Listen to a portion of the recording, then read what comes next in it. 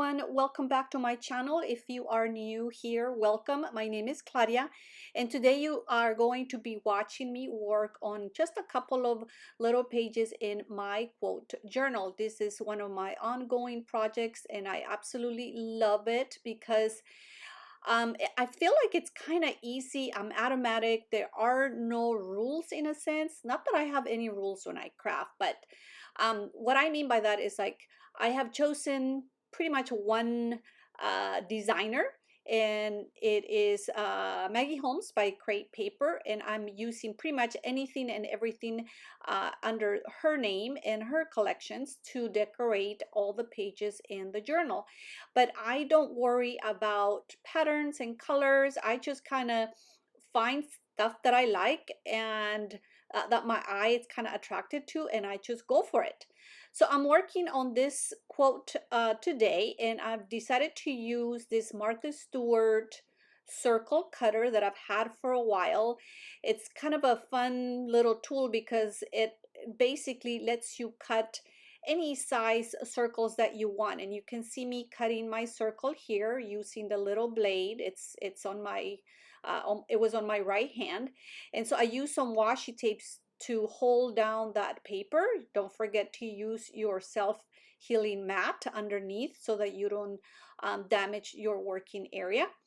I wanted to use or create, I should say, a little window, a circle window where I was going to use vellum to kind of, obviously, not to hide so much the background. I needed something where I was going to write on, because where the circle is, the cutout, that is where I'm going to be writing the quote. And so I didn't want to write straight on the that pink polka dot, the one with the little swans. I did not want to write on top of that, so that's why I decided to add the vellum. Because it's a window, I also wanted to pop it up, and so I am using some double-sided tape to pop the little window up, and you'll see me doing that in a second. But that Martha Stewart tool is kind of cool because again, you can kind of select the size of circle rather than you having to do a trial and error with your Cricut.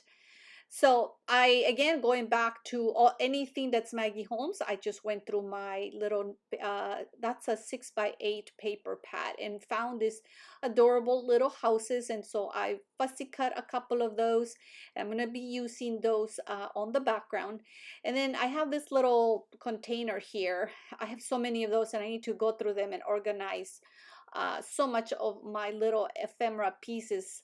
I have one for butterflies, I have one for flowers. This one is specifically for Maggie Holmes, just little ephemera packs that I've bought in the past. So here I wanted to use that grid paper basically as my line so that I could kind of write semi-straight. And you'll see me here writing my quote. One of the top questions I always get asked is, where do I get my quotes? And the answer is Pinterest. I mean, anything. Pinterest is usually my #1 go-to. And then, of course, YouTube, because that's the only other place where you can go and find tutorials and answers to how to make something or how to create something, or even reviews on products. So Pinterest is the ones that I go to. I have a huge collection of quotes, and I have them very nice and neatly organized under themes, because each month I have a new theme. And so that's where my quotes come from. One of my top tools, if you want to call it a tool, my favorite tool, or I don't know, something that I use when I craft, is that little trash can that you see there. Is actually it's actually paper. It's washable paper. That's what they call it.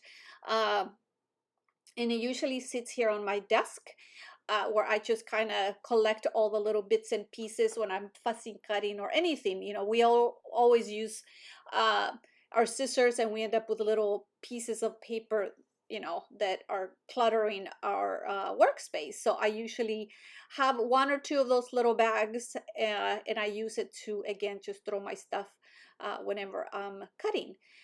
So another little piece of paper here. This was a paper, but you know, there are no rules. I fussy cut anything and everything that I want to use in this little banner here.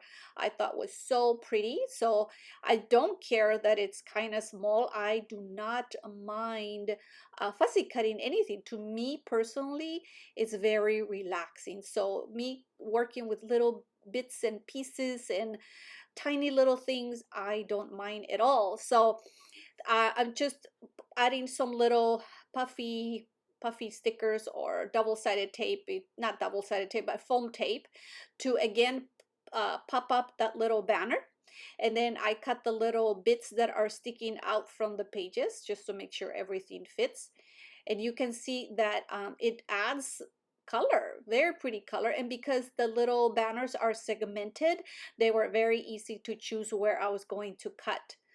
So I went through that little plastic container with all the little ephemera pieces, and I kind of selected some that I thought would work. It just like with everything, sometimes you pick something and you end up selecting something different, or even change your mind of where it's going to go. So I just kind of play around and just start adding my stuff. And sometimes, you know, like you might think, well, houses, what does that have to do with anything? And it doesn't. I just like them. They're just cute. And so, of course, I had to add them. um, this is an awesome sticker pad that I got from Tuesday morning. I said Tuesday morning in one of my other videos, and someone said, she asked something like, what is that, you know, what about Tuesday morning, or something like that. And I thought it was kind of funny because it sounds like it's a time, you know, a moment in time. It was Tuesday morning rather than the name of the store, but the name of the store is Tuesday morning. And it is, we all love, people here in the US love it because they carry a lot of discounted scrapbooking and crafting supplies. And so this is where I got this paper or a sticker pad. I think I got it for $6.99.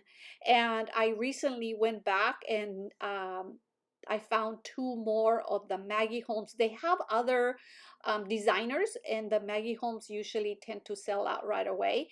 But I was lucky and found two of them. So I grabbed them both because I know I'm going to you know, I love it so much. I know I'm gonna definitely find use. And you know, once they put something on sale, it's, you know, you might have a hard time finding it again.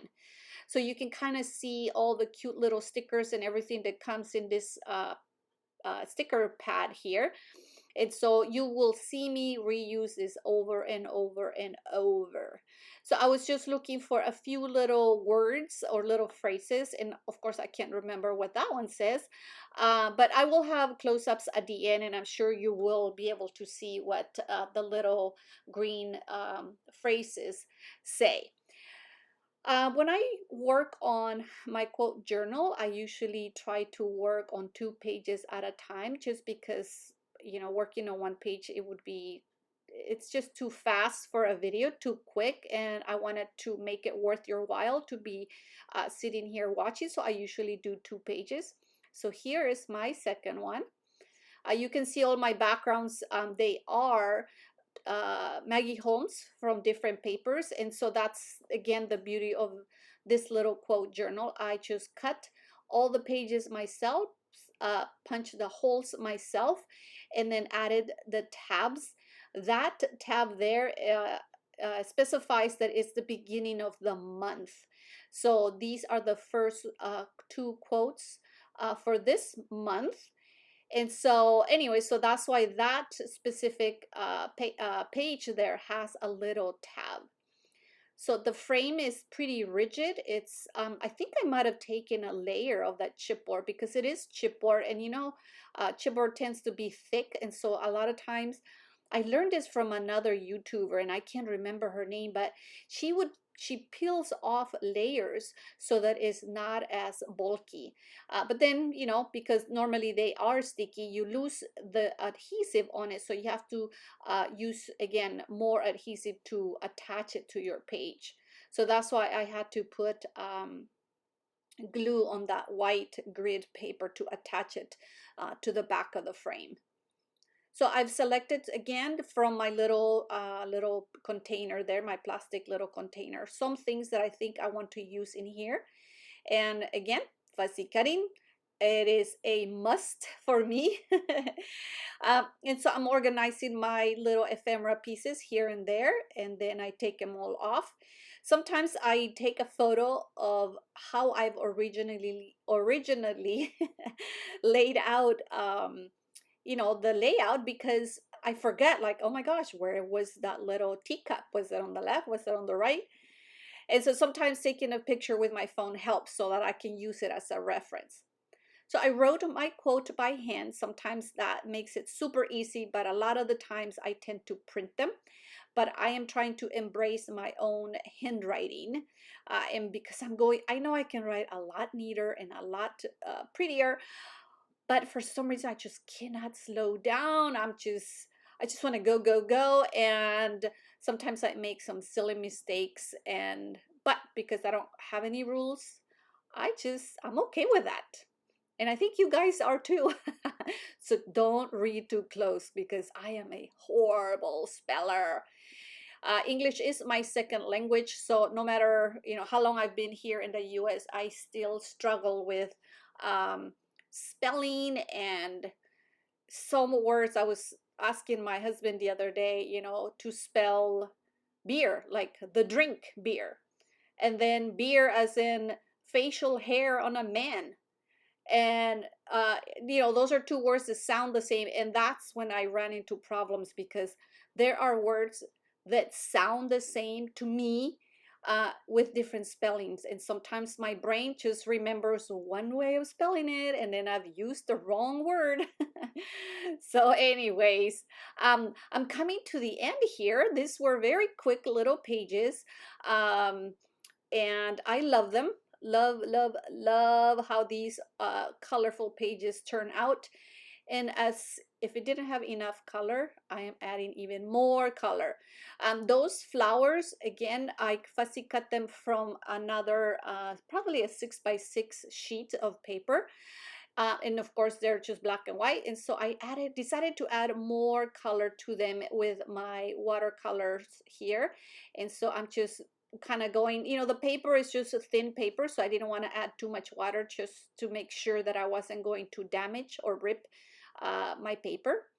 I do have a stamp set of these same beautiful florals, and sometimes I can stamp those on watercolor paper, and that just gives me a little bit more freedom to play with my watercolors.